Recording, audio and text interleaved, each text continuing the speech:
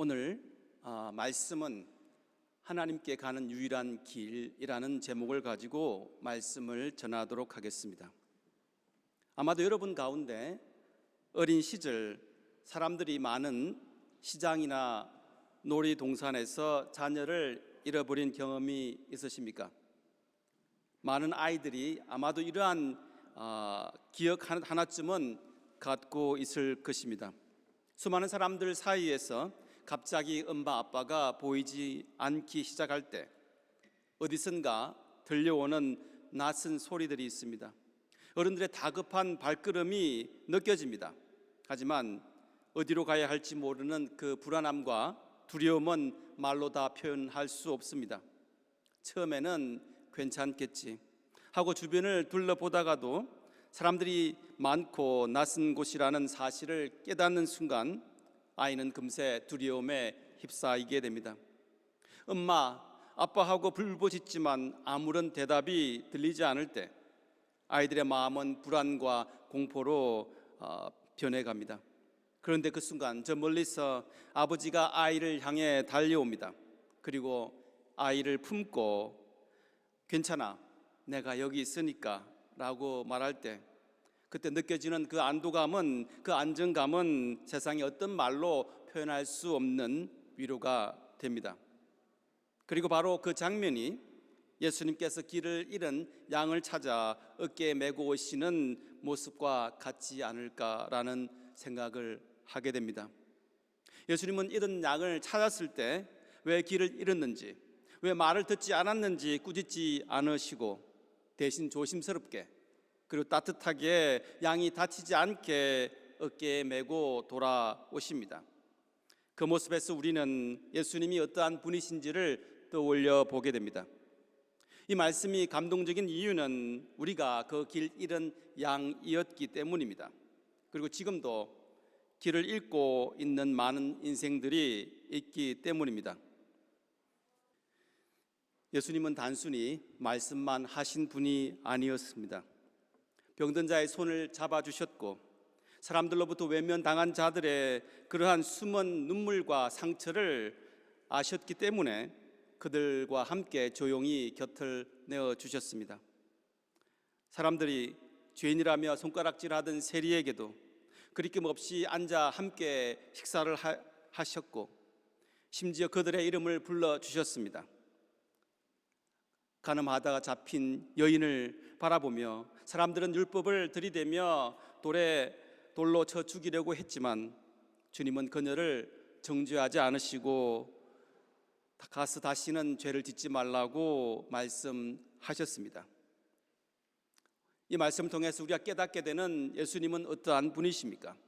예수님께서는 죄는 죄로 분명히 보셨지만 죄 지은 사람 자체를 부리지 않으셨다고 하는 것입니다.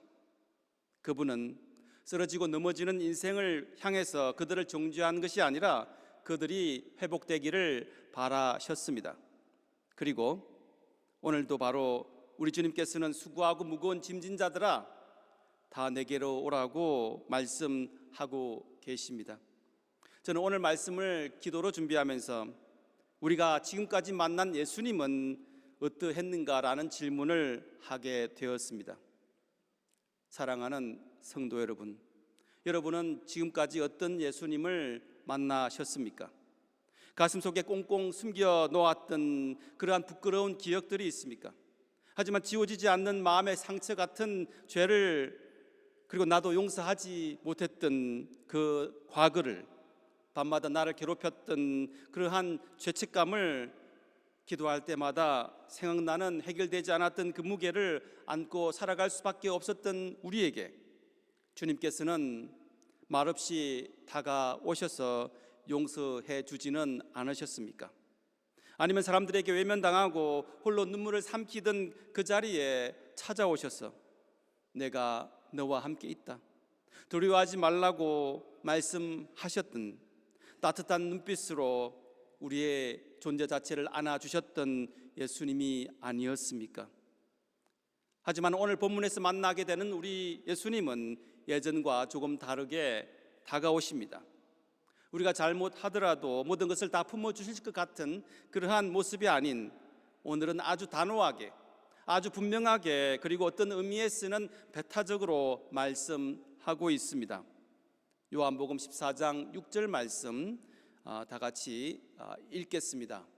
예수께서 이르시되 내가 곧 길이요 진리요 생명이니 나로 말미암지 않고는 아버지께로 올 자가 없느니라. 너무나도 우리가 잘 알고 있는 성경 말씀 구절 가운데 하나입니다. 하지만 이 말씀은 지금을 살아가고 있는 우리에게는 매우 도전적인 선언이기도 합니다. 왜 그렇습니까? 우리가 살아가고 있는 이 시대를 가리켜 흔히 포스트 모더니즘의 세계라고 부르고 있기 때문입니다. 그리고 이러한 말로 불리는 이 시대의 특징은 말 그대로 후기 모더니즘, 다시 말해서 근대주의가 지니고 있었던 모든 특징들을 무너뜨리고 새로운 가치를 지향하고 살아가고 있는 그러한 시대이기 때문입니다. 과거 근대주의가 가지고 있던 특징은 무엇이었습니까? 근대주의의 특징이라고 말하면 바로 진리나 가치가 절대적인 힘을 가지고 있었다고 하는 그러한 시대였습니다. 예를 들어서 과거 우리가 경험했던 교회는 정말로 절대적으로 성스러운 공간이었습니다. 그 공간은 엄숙함과 경건함을, 그리고 하나님을 만나기 위해서 자리에 나온 두려움과 떨림이 있는 그러한 곳이었습니다. 예배 외에는 다른 것은 전혀 용납되지 않았던 그러한 분위기 가운데 예배만 드리는 곳이 바로 교회였습니다. 하지만 우리가 살아가고 있는 포스트 모더니즘의 시대인 이제는 목회자가 청바지를 입고 설교를 하기도 하고 찬양 시간에 기타와 드럼 소리가 함께 어울려지고 아이들의 웃음소리가 예배당에 퍼지기도 합니다. 교회는 더 이상 예배만 드리는 고정된 공간이 아니라 삶이 자연스럽게 흘러드는 열린 공간이 되고 있습니다. 지친 청년들에게 편하게 앉아 쉴 수 있는 따뜻한 자리가 되고 아이들이 마음껏 뛰어놀 수 있는 밝은 마당이 바로 교회입니다. 이제 교회는 삶과 단절된 종교의 공간이 아니라 삶을 품어주는 하나님의 품이 되고 있습니다. 이렇게 새로운 패러다임이 교회의 많은 것들을 바꾼 시점에서 메시아이신 예수님을 바라보는 시각 또한 많이 바뀌어져 가고 있다는 그러한 상황입니다. 세상 사람들은 예수님은 그냥 능력이 있는 좋은 아저씨로 바라볼 때가 있습니다. 힘들 때 찾아가면 위로해 주시고 아플 때 찾아가면 낫게 해주시는 그러한 아저씨를 말합니다. 예수님은 절대적인 분이 아니라 예수님이 하나님께 다가갈 수 있는 유일한 길이 아니라 그냥 다른 종교 가운데 하나라고 생각하는 것이 포스트 모더니즘의 목소리이기도 합니다. 여러분들도 시간을 돌려 여러분의 어릴 때의 기억을 되돌아 보시기 바랍니다. 과거에는 성녀와 신부가 그리고 목회자가 함께 종교적인 대화를 나누거나 협력한다고 하는 것은 상상조차 할 수 없었습니다. 하지만 패러다임의 변화가 찾아온 지금의 시대는 성녀와 신부와 그리고 목회자가 한자리에 앉아서 대화를 나누는 그러한 모습을 자주 볼 수 있습니다. 서로의 차이를 인정하고 서로를 존중하자고 하는 것입니다. 하지만 말하자면 가치관과 사고의 기준이 변해버려서 현재 우리가 살고 있는 이 시대의 절대적인 가치가 상대적인 가치로 변화되고 있습니다. 물론 이런 변화는 긍정적인 부분도 있습니다. 하지만 때로는 복음의 본질이 희미해질 수 있는 그러한 위험성도 함께 있는 것이 사실입니다. 그렇기 때문에 우리는 주님을 믿는 우리는 더욱 분명히 기억해야 합니다. 다른 종교도 존중하되 타협을 하지 말라고 하는 것이 아니라 다른 종교는 오늘 주님께서 말씀하신 그 말씀은 우리가 똑바로 알지 않으면, 똑바로 주님을 알지 않으면 올바른 신앙을 유지할 수 없다고 하는 그 말씀을 주님께서 지금 하고 계시는 것입니다.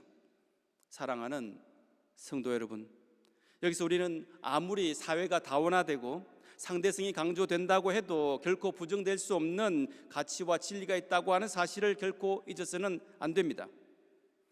우리는 종교다원주의자들처럼 다 종교를 존중하고 그들과 대화를 하고 그들의 장점을 인정할 수 있는 마음은 열려야 하지만 타 종교에 구원이 있다고 하는 그러한 말에는 결코 찬성해서는 안 됩니다. 그렇기 때문에 주님께서는 오늘 본문 말씀에서 아주 단호하게 그리고 가장 분명한 목소리로 말씀을 선포하고 계십니다. 물론 오늘 우리가 살고 있는 이 다원주의 시대에서는 서로 간의 다양성을 존중하고 다른 종교와 문화에 대해서도 열린 마음으로 존중하는 태도가 필요합니다.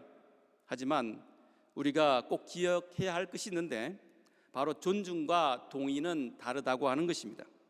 우리는 열린 마음으로 대화는 할 수 있지만 그렇다고 해서 모든 종교가 다 같은 진리로 인도한다고 하는 주장은 결코 동의할 수가 없습니다.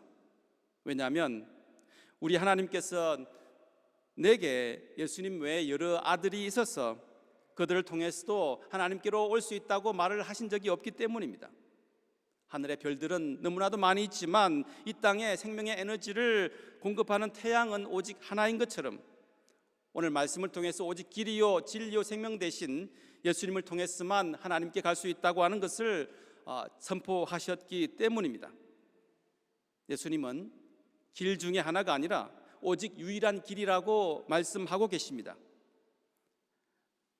그렇다고 해서 우리가 오해하지 말아야 하는 것은 우리가 예수님만이 유일한 구원자라고 믿는다고 해서 다른 종교를 가진 이웃을 미워하거나 배제해서는 안 된다고 하는 것입니다.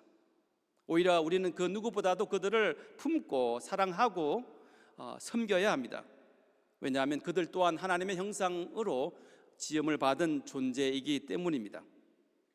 예수님께서도 말씀을 통해서 깨닫게 되는 사실은 당시 종교 지도자들의 그릇된 생각과 위선을 책망하셨습니다. 하지만 그들을 미워하거나 배제하지는 않으셨습니다. 오히려 그들을 향한 경고와 사랑이 섞인 그러한 말씀을 하셨습니다. 죄인을 정죄하지 않으시고 눈물 흘리는 자를 품어주셨고 세리와 죄인과 같이 식사를 하시며 그를 함께 시간을 보내셨던 그 사랑이 오늘 우리가 주변 사람들에게 베풀어야 할 사랑인 것입니다.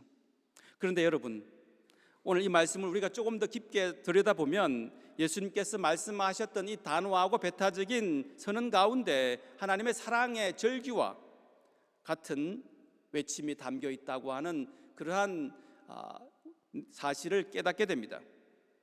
예수님께서는 왜 내가 곧 길이다, 나를 말미암지 않고는 아버지께로 갈 자가 없다고 이렇게 단호한 목소리로 말씀을 하셨을까? 그것은 다른 길에는 생명이 없기 때문입니다. 그 어떤 종교도 철학도 사상도 우리의 죄에서 자유롭게 할 수 없는, 영원한 생명에 이룰 수 없는 그러한 사실을 사람들이 알기를 원하셨기 때문입니다. 하나님께서는 그 모든 것을 너무나도 잘 아셨기 때문에 하나님의 아들 예수님을 우리에게 보내주신 것입니다. 만약에 그 길 외에 다른 길이 있었다면 왜 굳이 자신의 아들을 십자가에 못 박으셨을까라는 질문을 던져보아야 합니다. 예수님께서 하신 이 배타적인 것 같은 이 말씀은 우리를 향해 외치는 하나님의 절박한 사랑의 언어라고 하는 것입니다. 이 길을 와야만 한다고, 이 길만이 너희를 살릴 수 있다고 지금 주님께서 선포하셨던 그 마음을 우리는 깨달아야 하는 것입니다. 그러므로 이 말씀은 세상을 향한 배타적인 말씀이 아니라 세상을 향한 하나님의 애끓는 그러한 초청의 말씀임을 우리는 깨달아야 합니다. 이 땅에 많은 사람들이 예수님의 목소리를 듣지 않고 다른 종교에서 방황하는 이유가 무엇입니까? 왜냐하면 그들도 나름대로 진리로 향해서 나아가고 있다고 주장하기 때문입니다. 그들 또한 하나님께 나아가는 길을 찾고 있는 모습을 그럴듯하게 포장하고 있기 때문입니다. 사람들이 종교를 찾는 이유는 무엇입니까? 그 이유는 단순한 위로를 얻기 위해서 아니면 문화적인 습관 때문이 아니라 인간은 본래 하나님의 형상대로 창조된 존재이기 때문입니다. 비록 죄로 인해서 그 하나님의 형상이 훼손되기는 했지만 그 안에 있는 여전히 하나님을 향한 근본적인 갈망이 남아있기 때문입니다. 그래서 오늘도 우리는 교회로 나온 것입니다. 이 갈망이 인간으로 하여금 삶의 의미와 목적을, 영원한 세계를 찾도록 이끄는 그러한 것이 바로 그 이유인 것입니다. 이것은 단지 기독교의 주장이 아니라 문화인류학자들의 연구를 통해서 확실히 드러난 사실이기도 합니다. 문화인류학자들이 오지 부족 사회를 조사해 본 결과 법률 제도나 정치 체계가 없는 그러한 부락도 있었습니다. 그러한 마을도 있었습니다. 하지만 신전과 제사 제도와 같은 신을 섬기고자 하는 그러한 시도는 반드시 존재했다고 하는 것입니다. 이것은 무엇을 말하고 있습니까? 모든 인류는 하나님을 찾고 있는 것입니다. 무엇인가 절대적인 존재를 찾고 그 존재 앞에서 엎드리고자 하는 이 갈망이 우리 인간 안에 새겨져 있다고 하는 것입니다. 그런데 문제는 무엇입니까? 그토록 간절히 하나님을 찾고 있음에도 불구하고 단 한 사람도 자기 힘으로 하나님을 본 자가 없다고 하는 것입니다. 아무리 종교적인 노력을 해도, 아무리 제사를 드리고 돌을 닦고 수양을 해도 인간 스스로의 한계에 도달하기 때문입니다. 이 비극적인 상황 가운데 하나님께서는 우리를 먼저 찾아와 주셨습니다. 그분이 사람이 되셔서 우리에게 다가오신 바로 예수님이십니다. 예수님께서는 오늘 말씀을 통해서 내가 길이요 진리요 생명이니 라고 말씀을 선포하셨습니다. 이 주님의 말씀은 인류를 향한 간절한 몸부림이 아닌가, 간절한 마음으로 표출된 그 말씀이 아닌가라는 생각을 떨칠 수가 없습니다. 우리 힘으로 그 길을 찾을 수가 없기 때문에 하나님께서 친히 그 길이 되기 위해서 오신 것입니다. 예수님은 다른 종교처럼 너희가 길을 찾아오라고 말씀하신 적이 없으십니다. 오히려 내가 그 길이 되어서 너희에게 가겠다고 오늘 말씀을 통해서 선포하고 계십니다. 예수님은 우리가 죄 가운데 길을 잃고 빛이 없는 어둠 속을 헤맬 때, 희망 없이 방황하고 있을 때 하늘 보좌를 떠나 이 땅으로 찾아오셨습니다. 그 어떤 길도, 그 어떤 진리도, 그 어떤 생명도 우리를 완전하게 아버지께로 인도할 수 없기 때문에 예수님이 친히 길이 되어서 저희에게 오신 것입니다. 이것이 바로 복음입니다. 복음은 우리가 하나님께 가는 그러한 이야기가 아니라 하나님이 인간의 몸이 되셔서 우리에게 찾아오신 그러한 이야기를 전하고 있습니다. 우리가 살아가고 있는 세상은 어떠합니까? 세상은 말하고 있습니다. 너희가 스스로 길을 찾아야 한다. 진리를 깨닫고 생명을 얻기 위해 노력해야 한다. 하지만 우리는 알고 있습니다. 아무리 길을 찾아도 어디가 진짜 길인지를 알 수가 없습니다. 아무리 진리를 외쳐보아도 그 안에 생명이 없음을 우리는 알고 있습니다. 그래서 예수님께서 직접 찾아오신 것입니다. 우리에게 길을 알려주시려고 오신 것이 아니라 그분이 직접 길이 되셔서 우리에게 다가오신 것입니다. 그렇기 때문에 나를 말미암지 않고는 아버지께로 올 자가 없다라고 직접 말씀을 하셨습니다. 하지만 이 선언은, 이 주님의 말씀은 한편으로 배타적인 것 같이 들릴 수가 있습니다. 하지만 오히려 이 말씀을 생각해 보면 이 주님의 선언은 한편으로는 가장 포용적인 주님의 초청인 것입니다. 왜냐하면 예수님은 이 길에, 주님께 나아가는 이 길에 아무도, 그 누구도 배제하지 않으셨기 때문입니다.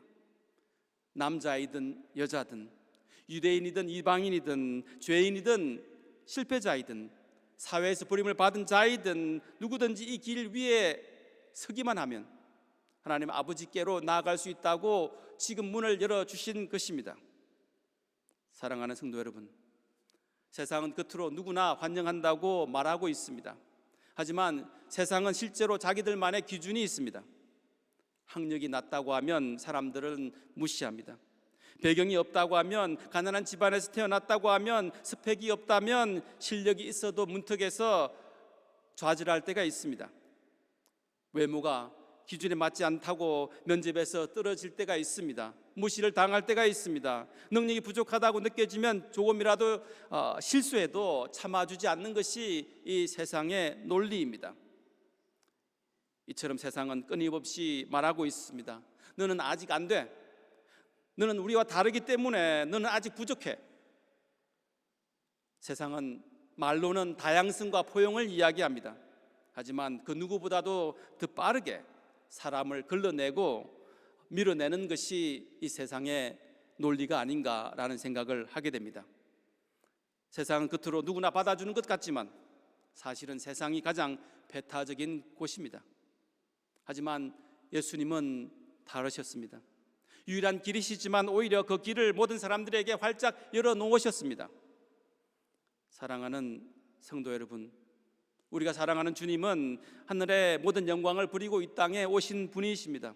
그리고 십자가의 고통과 희생을 모두 감당하신 이후에 이렇게 말씀하지 않으셨습니다. 우리가 아무리 성경을 찾아봐도 주님께서 내가 너희를 위해서 이만큼 했다, 너희를 향한 나의 사랑이 이만큼이면 충분하지 않겠니? 라고 말씀하신 적이 없으십니다. 주님은 우리를 위해서 십자가 위에서 말할 수 없는 고통을 감내하시고 죽으셨다가 다시 부활하셨습니다. 그리고 부활 이후에는 우리를 위한 처소를 준비하기 위해서 하늘로 가셨습니다. 그러나 우리가 성경을 읽는 가운데 깨닫게 되는 중요한 사실은 그분은 단지 그 처를 미리 준비해 두었으니까 때가 되면 너희가 오지 않겠니? 라고 하신 적이 없으십니다. 그리고 천사를 보내어서 데려가시겠다고 하신 적도 없으십니다. 주님께서는 분명히 말씀하고 있습니다. 내가 직접 다시 와서 너희를 데려가겠다. 직접 친히 우리를 데리고 가겠다고 약속하고 계십니다. 이 얼마나 놀라운 주님의 사랑입니까? 이 말씀은 다시 말해서 주님의 마음과 시선이 온전히 우리를 향해 있다고 하는 것입니다. 주님의 관심은 오직 성도를 섬기고 돌보고 끝까지 함께 하시는 데 있다고 하는 것입니다. 그리고 바로 그 끝없는 사랑을 지금 이 순간 우리 모두가 받고 있는 것입니다. 우리를 향한 주님의 사랑을 우리가 조금이라도 이해한다면 우리는 주님을 어떠한 모습으로 섬겨야 하겠습니까? 주님처럼 우리의 관심도 처음부터 끝까지 주님을 섬기는데 두어야 하는 것이 우리가 해야 할 일이 아닌가라는 생각을 해야 합니다.